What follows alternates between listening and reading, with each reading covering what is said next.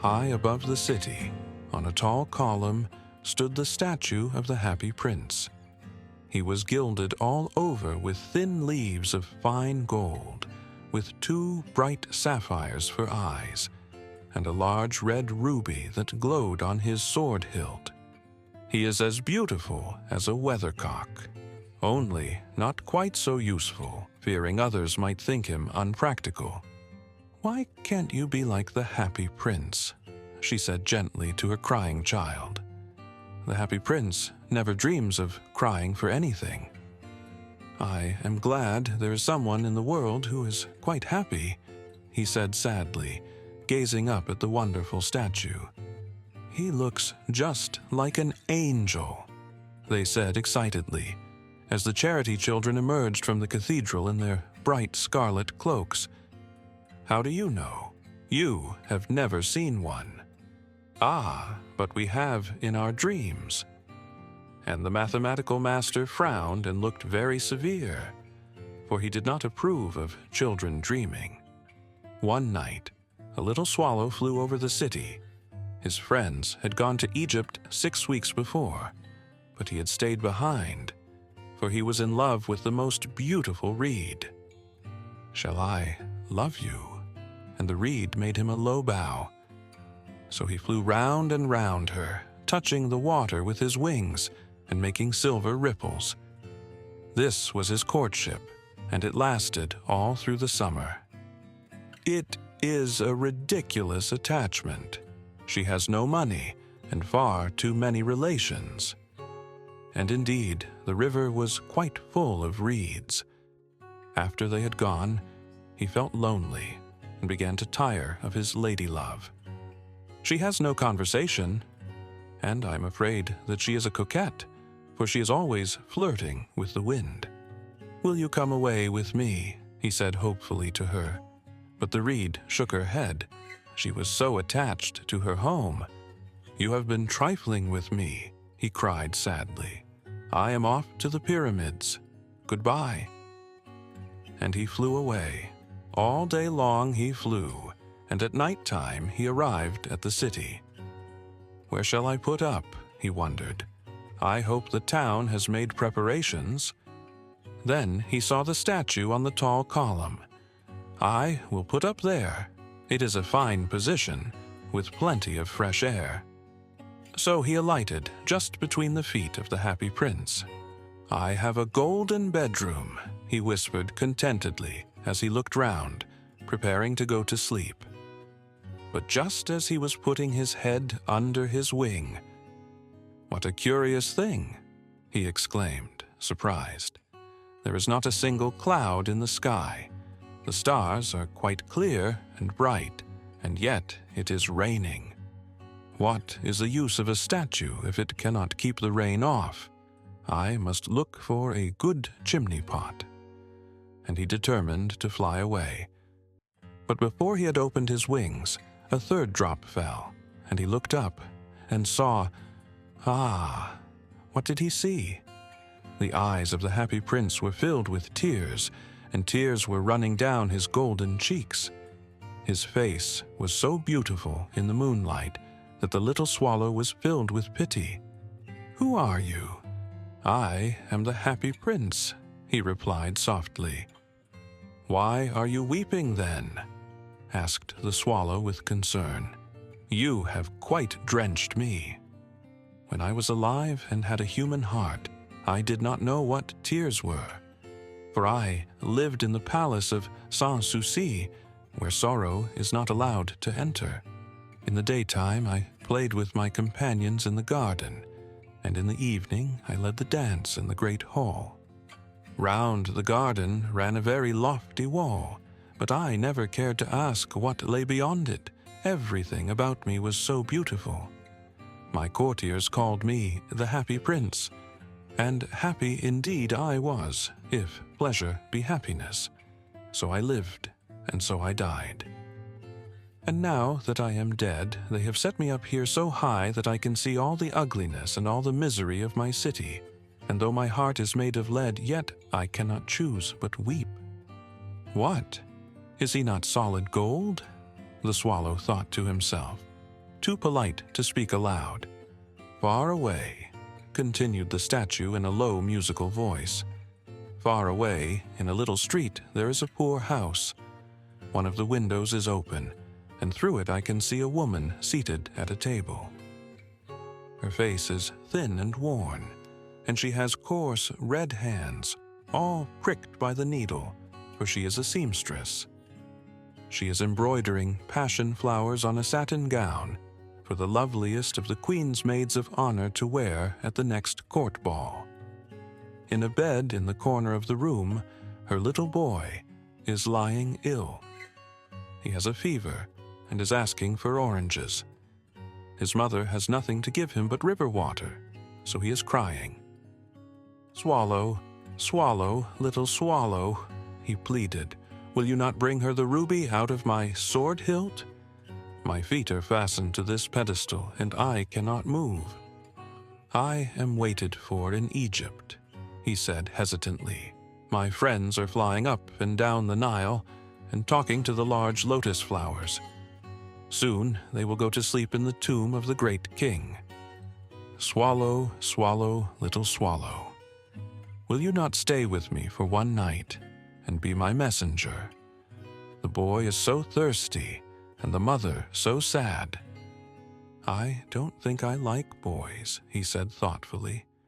'Last summer, when I was staying on the river, there were 2 rude boys, the miller's sons, who were always throwing stones at me.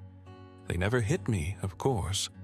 We swallows fly far too well for that, but still, it was a mark of disrespect.' But the Happy Prince looked so sad that the little swallow was sorry.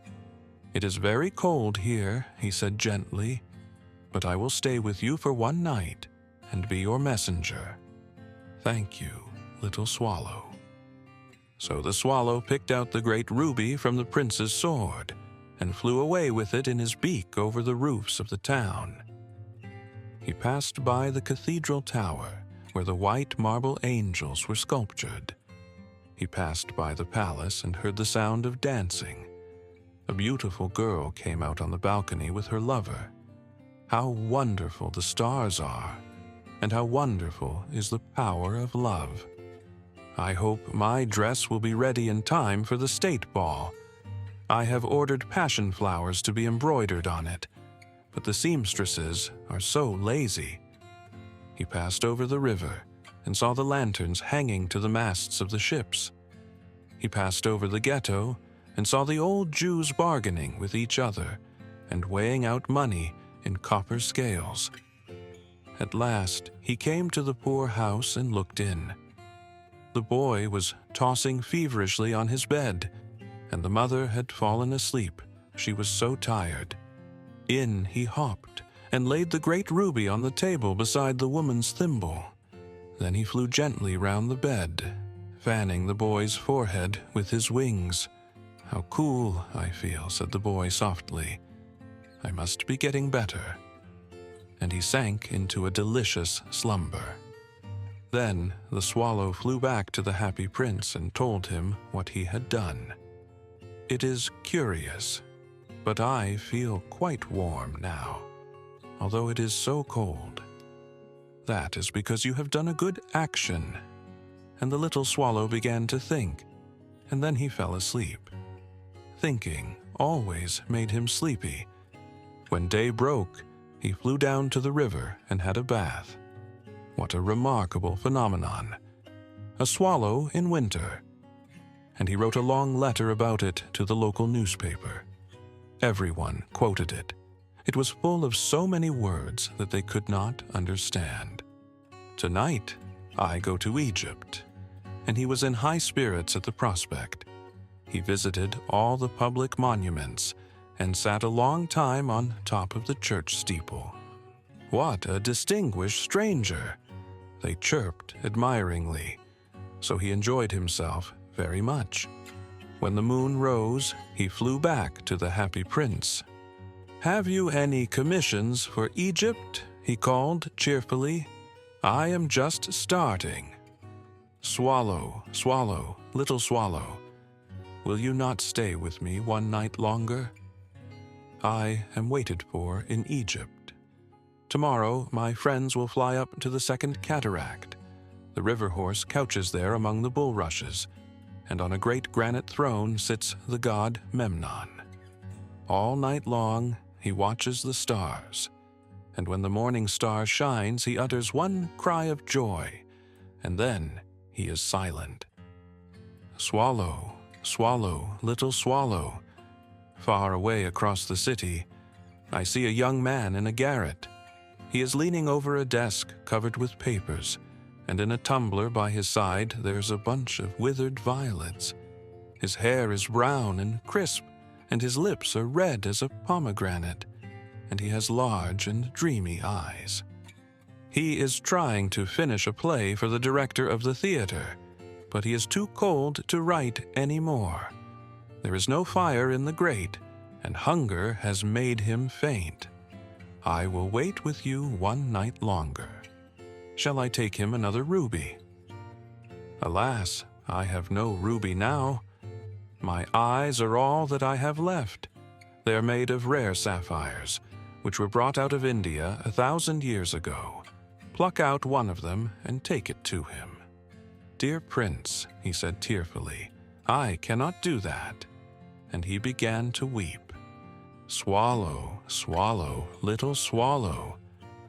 Do as I command you. So the swallow plucked out the prince's eye and flew away to the student's garret. It was easy enough to get in, as there was a hole in the roof. Through this he darted and came into the room. The young man had his head buried in his hands, so he did not hear the flutter of the bird's wings, and when he looked up, he found the beautiful sapphire lying on the withered violets. I am beginning to be appreciated. This is from some great admirer. Now I can finish my play. And he looked quite happy. The next day, the swallow flew down to the harbor. He sat on the mast of a large vessel and watched the sailors hauling big chests out of the hold with ropes. Heave, ahoy! They shouted heartily as each chest came up. I am going to Egypt, cried the swallow excitedly, but nobody minded. And when the moon rose, he flew back to the happy prince. I am come to bid you goodbye. Swallow, swallow, little swallow. Will you not stay with me one night longer? It is winter, and the chill snow will soon be here. In Egypt, the sun is warm on the green palm trees, and the crocodiles lie in the mud and look lazily about them. My companions are building a nest in the temple of Baalbek, and the pink and white doves are watching them and cooing to each other. In the square below, there stands a little match girl. She has let her matches fall in the gutter, and they are all spoiled. Her father will beat her if she does not bring home some money, and she is crying. She has no shoes or stockings, and her little head is bare. Pluck out my other eye, and give it to her, and her father will not beat her. I will stay with you one night longer. But I cannot pluck out your eye. You would be quite blind then. Swallow, swallow, little swallow. Do as I command you. So he plucked out the prince's other eye and darted down with it.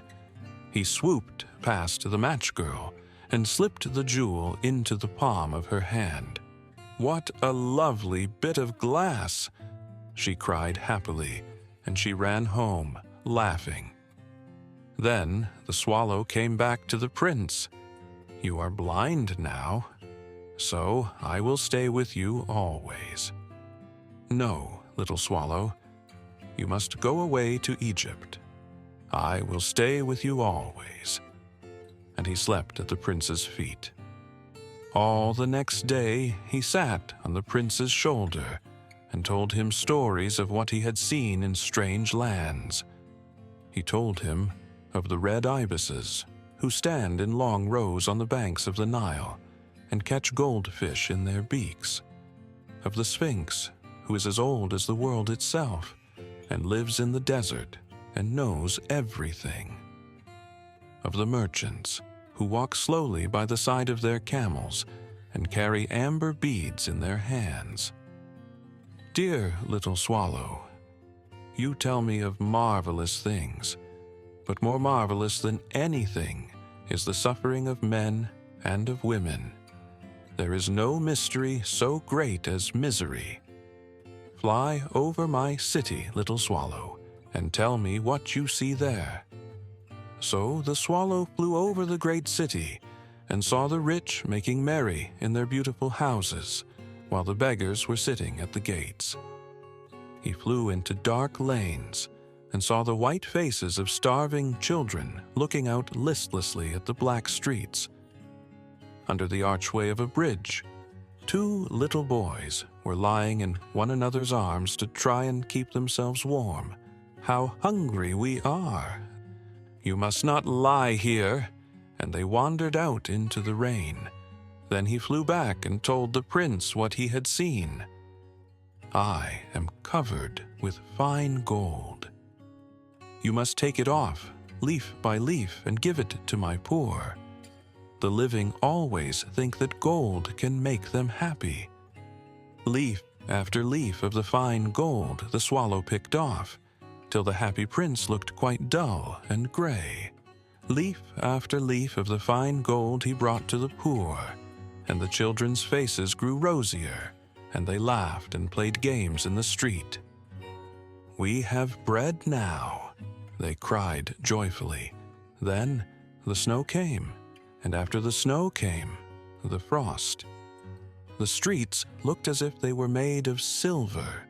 They were so bright and glistening. Long icicles like crystal daggers hung down from the eaves of the houses. Everybody went about in furs, and the little boys wore scarlet caps and skated on the ice. The poor little swallow grew colder and colder, but he would not leave the prince. He loved him too well. He picked up crumbs outside the baker's door when the baker was not looking, and tried to keep himself warm by flapping his wings. But at last he knew that he was going to die. He had just strength to fly up to the prince's shoulder once more. "Goodbye, dear prince," he whispered weakly. "Will you let me kiss your hand? I am glad that you are going to Egypt at last, little swallow. You have stayed too long here, but you must kiss me on the lips, for I love you. It is not to Egypt that I am going. I am going to the house of death. Death is the brother of sleep, is he not?" And he kissed the happy prince on the lips and fell down dead at his feet. At that moment, a curious crack sounded inside the statue as if something had broken. The fact is that the leaden heart had snapped right in two. It certainly was a dreadfully hard frost. Early the next morning, the mayor was walking in the square below, in company with the town councilors. "Dear me, how shabby the happy prince looks. How shabby indeed," they echoed pompously, who always agreed with the mayor, and they went up to look at it. The ruby has fallen out of his sword, his eyes are gone, and he is golden no longer. In fact, he is little better than a beggar. "Little better than a beggar," they repeated in unison. "And here is actually a dead bird at his feet," he continued disdainfully. "We must really issue a proclamation that birds are not to be allowed to die here." And the town clerk made a note of the suggestion. So they pulled down the statue of the happy prince. As he is no longer beautiful, he is no longer useful. The art professor at the university. Then they melted the statue in a furnace, and the mayor held a meeting of the corporation to decide what was to be done with the metal. "We must have another statue, of course, and it shall be a statue of myself." Of myself, they all argued, and they quarreled. When I last heard of them, they were quarrelings still. What a strange thing! he said, puzzled, the overseer of the workmen at the foundry. "This broken lead heart will not melt in the furnace. We must throw it away." So they threw it on a dust heap where the dead swallow was also lying. "Bring me the two most precious things in the city," said God to one of his angels. And the angel brought him the leaden heart and the dead bird. "You have rightly chosen. For in my garden of paradise this little bird shall sing forevermore, and in my city of gold the happy prince shall praise me."